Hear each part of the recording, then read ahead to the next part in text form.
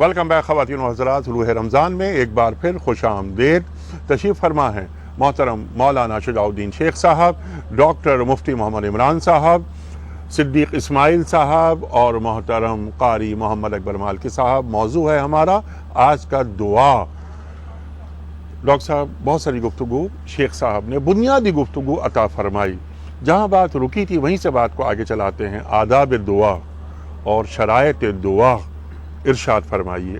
الحمدللہ رب العالمین، نحمدہ و نصلی علی رسولہ الکریم، اما بعد۔ انیق صاحب، بنیادی بات تو شیخ صاحب نے وضاحت کر دی ہے کہ دعا میں تزلزل ہونا چاہیے۔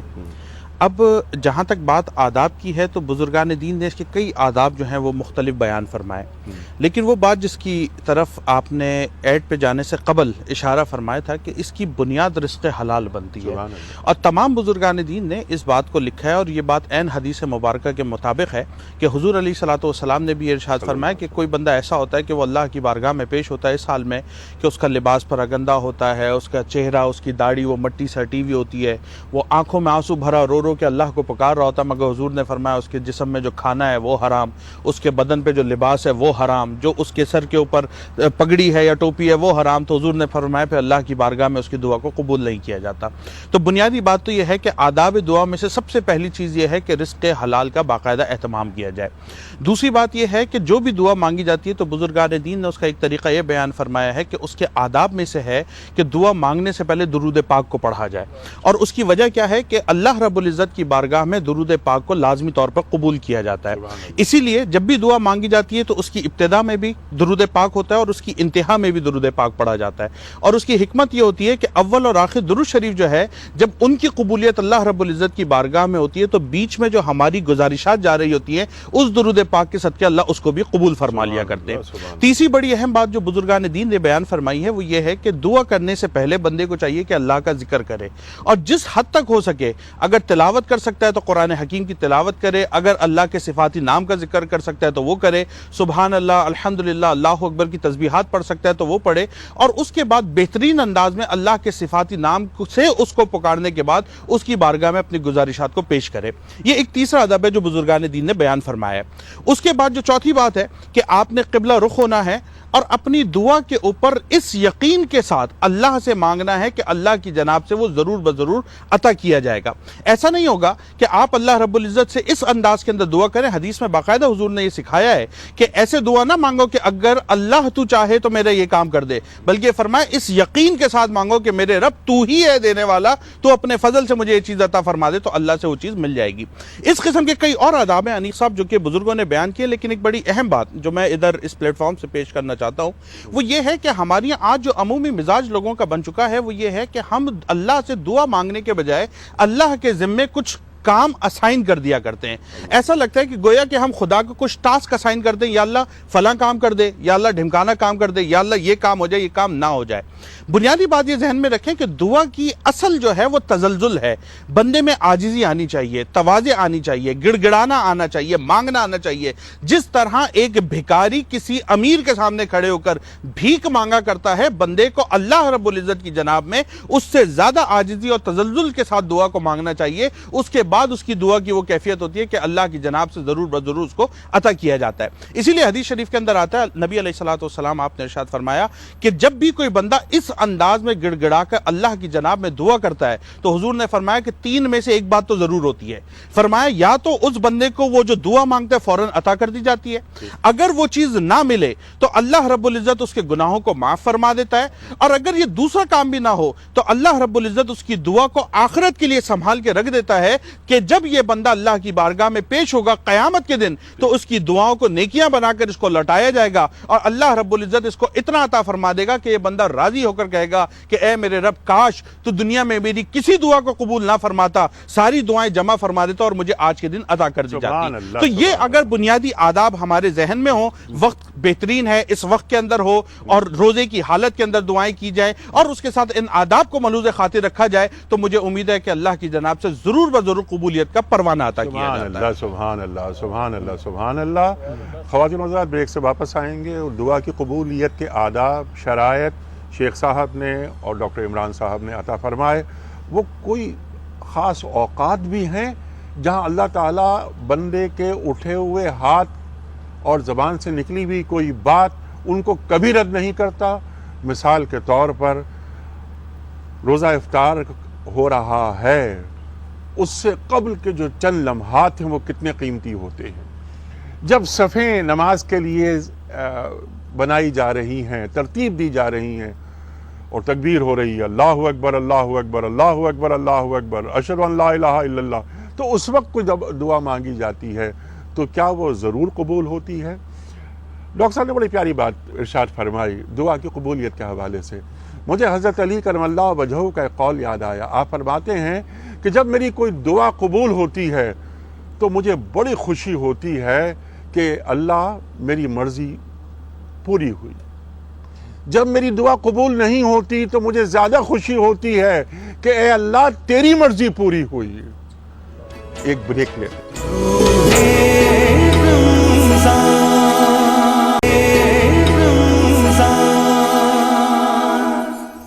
ویلکم بیک خواتین و حضرات. روح رمضان میں ایک بار پھر خوش آمدید. تشریف فرما ہے محترم مولانا شجاع الدین شیخ صاحب، ڈاکٹر مفتی محمد عمران صاحب، محترم صدیق اسماعیل صاحب، قاری محمد اکبر مالکی صاحب. موضوع ہے ہمارا آج کا دعا. بہت ساری گفتگو اپنے معزز علماء سے ہم نے سیکھی اور سیکھ رہے ہیں. شیخ صاحب ارشاد فرمائیے، جہاں بات کٹی تھی دعا کی شرائط، دعا کے معنی، مفاہیم، تفصیلاً آپ نے بات فرما دی. پھر دعا کے آداب وہ ڈاکٹر صاحب نے بات بیان فرما دی. جب ہم بات ختم کر رہے تھے تو اس وقت یہ کہ وہ کون سی گھڑیاں ہوتی ہیں کہ جن گھڑیوں میں اللہ تعالی ہماری دعاؤں کو ضرور قبول کرتا ہے. ارشاد. بسم اللہ الرحمن الرحیم. ایک بات تو مفتی صاحب نے جو حدیث شریف کی روشنی میں بیان فرمائی کہ دعا قبول ضرور ہوتی ہے.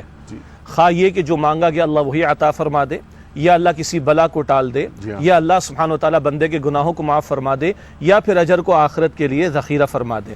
اچھا، ایک حدیث شریف میں آتا ہے، معروف حدیث قدسی کہ اللہ فرماتے ہیں کہ میں بندے کے گمان کے مطابق معاملہ کرتا ہوں. تو جب بندہ یقین کے ساتھ، آداب کے ساتھ، شرائط کے ساتھ اللہ سے دعا کرتا ہے تو اللہ سبحانہ وتعالی ضرور اس کی دعا کو قبول کرتا ہے. البتہ جو بریک سے پہلے آپ نے بھی ارشاد فرمایا، مفتی صاحب ارشاد فرما رہے تھے کہ کچھ اوقات بھی ہوا کرتے ہیں، اشارہ بھی ہوا، یہ جو سحری کا وقت ہے جب اللہ سمائے دنیا پر اپنی شان کے مطابق نزول فرماتا ہے، اس وقت بھی دعا قبول ہوتی ہے، اشارہ پہلے آ چکا. افطار کا وقت ہے، اس وقت بھی دعا قبول ہوتی ہے. اور میں گزارش کروں، گو کہ میڈیا کے ایک چینل پہ بیٹھ کے پروگرام کر رہے ہیں، ہمیں اپنے ان اوقات کو قیمتی بنانے کی کوشش کرنی چاہیے اور کچھ وقت تنہائی میں اختیار کر کے اللہ سے بھی لو لگانی چاہیے. تو یہ سحری کا وقت، افطار کا وقت دعائیں قبول ہوتی ہیں. اذان کے بعد بھی جو بندہ دعا کرتا ہے وہ دعا بھی قبول ہوتی ہے. آپ جو بیان فرما رہے تھے کہ جب اقامت کہی جاتی ہے صفوں کی درستگی کے لیے، تو اسی لیے حدیث میں آتا ہے کہ اذان سے لے کے اقامت کے دوران یہ جو وقت ہے، اس دوران میں بھی دعا قبول ہوتی ہے. اسی طریقے پر فرض نماز کے بعد دعائیں قبول ہوا کرتی ہیں. اسی طرح احادیث سے واقعات ہمیں ملتے ہیں کہ نیک عمل بندہ جو بھی انجام دے، ماں باپ کی خدمت ہے، کسی کی مدد کرنا ہے، نیک عمل کرنے کے بعد بھی دعا قبول ہوا کرتی ہے. اسی طرح کچھ مقامات کی بات ہوا کرتی ہے، مساجد کے اندر معاملہ ہے، اسی طرح مسجد حرام کا معاملہ ہے، خانہ کعبہ پر پہلی نگاہ پڑتی اس وقت دعا قبول ہوتی ہے. روضہ رسول پر تو اللہ تعالیٰ کی انوار و برکات کا نزول ہو رہا ہے صلی اللہ علیہ وسلم، وہاں بھی دعا قبول ہوگی انشاءاللہ تعالیٰ. عرفات کا میدان، اللہ ہم سب کو حاضری عطا فرمائے، آسانی کا معاملہ فرمائے، وہاں بھی دعا قبول ہوا کرتی ہے. اور انیق صاحب سب سے بڑی بات کیا ہے، جب بندے کی اللہ سے لو لگ جائے، اللہ تو ہر وقت اجیب دعوت الداعی اذا دعان کی بات ہے، البقرہ آیت نمبر 186، جب پکارنے والا مجھے پکارتا اللہ فرماتا ہے میں اس کی دعا قبول کرتا ہوں. اشعار تو مجھے زیادہ یاد نہیں، بڑا پیارا وہ مصرع ذہن میں آ رہا ہے کہ ہر شب برات، ہر روز عید، جب بندے کی لو لگ جائے اللہ سبحانہ وتعالی سے. چنانچہ اللہ کے پیارے نبی علیہ السلام نے فرمایا کہ جب اللہ سے مانگو تو رونا شروع کر دو.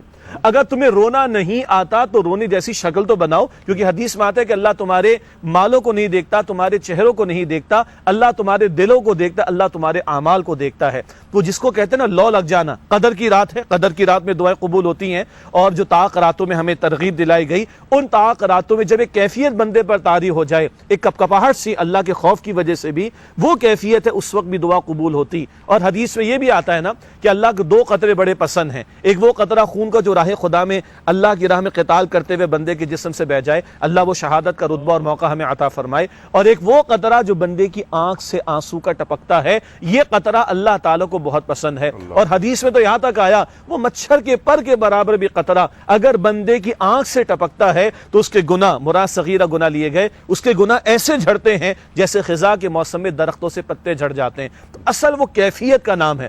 مقامات بھی ہیں، اوقات بھی ہیں، مواقع بھی ہیں، کچھ کا ہم نے اشارہ کیا، اور ایک کیفیت کا معاملہ ہے، اور وہ کیفیت کبھی بھی طاری ہو سکتی ہے۔ رمضان کا مہینہ، یہ مبارک راتیں، مبارک ساعتیں، اس گفتگو کو سن کر، اللہ کے کلام کو سن کر، اللہ کے نبی علیہ السلام کی باتوں کو سن کر کسی کے دل میں بھی خیال آ گیا میں نے اپنے رب کو راضی کرنا ہے، میں تو ناراض کیے بیٹھا ہوں، میں فلاں گناہ کے اندر، میں فلاں گناہ کے اندر، میں فلاں گناہ کے اندر مبتلا ہوں، اللہ کہتا ہے لا تقنطوا من رحمت اللہ، اللہ کی رحمت سے مایوس نہ ہو جانا، ان اللہ یغفر الذنوب جميعا، بے شک اللہ چاہے تو سارے گناہوں کو معاف فرما دے، انہ هو الغفور الرحیم، بے شک وہ اللہ بہت بخشنے والا، نہایت رحم فرمانے والا۔ یہ کیفیت کل پرسوں چاہے وہ ماضی کا ہو یا آج اگر کسی پر طاری ہو جائے اور خدا کی قسم وہ بھی یقین کے ساتھ ہاتھ اٹھائے، تو بڑا پیارا جملہ کسی کا ہے، مجھے اللہ کی ذات سے یقین ہے کہ لب بعد میں حرکت کریں گے، دعا پہلے قبول ہو جائے گی انشاءاللہ، کیونکہ اللہ تعالیٰ یہ جانتا ہے کہ میرے دل میں کیا ہے، اور خالق کے بندے کو نہیں جانے گا تو کون جانے گا؟ الا یعلم من خلق، جو اللہ فرماتا ہے۔ اللہ اکبر۔ دعاؤں میں کیا مانگا جائے اللہ تعالیٰ سے؟ بریک سے واپس آ کے سوال رکھیں گے۔ گمان کے مطابق اللہ تعالیٰ دیتا ہے، تو مجھے معلوم تو ہو کہ میں کس کے آگے ہاتھ اٹھا رہا ہوں، کس کے سامنے پیشانی ٹیک رہا ہوں زمین پر، کس کے خشیت میں آنسو بہا رہا ہوں۔ ایک مجھے بڑا گھر چاہیے، ایک مجھے بڑی گاڑی چاہیے، مجھے بینک بیلنس چاہیے، مجھے بڑا کاروبار چاہیے۔ ایک دعا یہ بھی تو ہے کہ اے اللہ میں تجھ سے مانگ رہا ہوں، تو مجھے مل جائے۔ جب تو مل گیا تو سب کچھ مجھے مل گیا، اور کس شے کی ضرورت ہے؟ سبحان اللہ۔ ایک بریک۔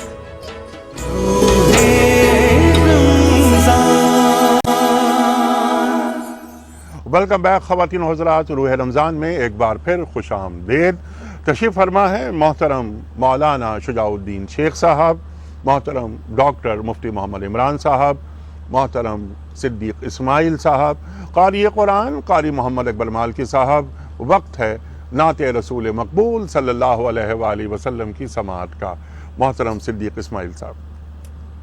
اللہم صلی علی سیدنا و مولانا محمد وعلی آلہ وصحبہ وبارک وسلم۔ کرم مانگتا ہوں، اللہ اکبر۔ عطا مانگتا ہوں، الہی میں تجھ سے دعا مانگتا ہوں۔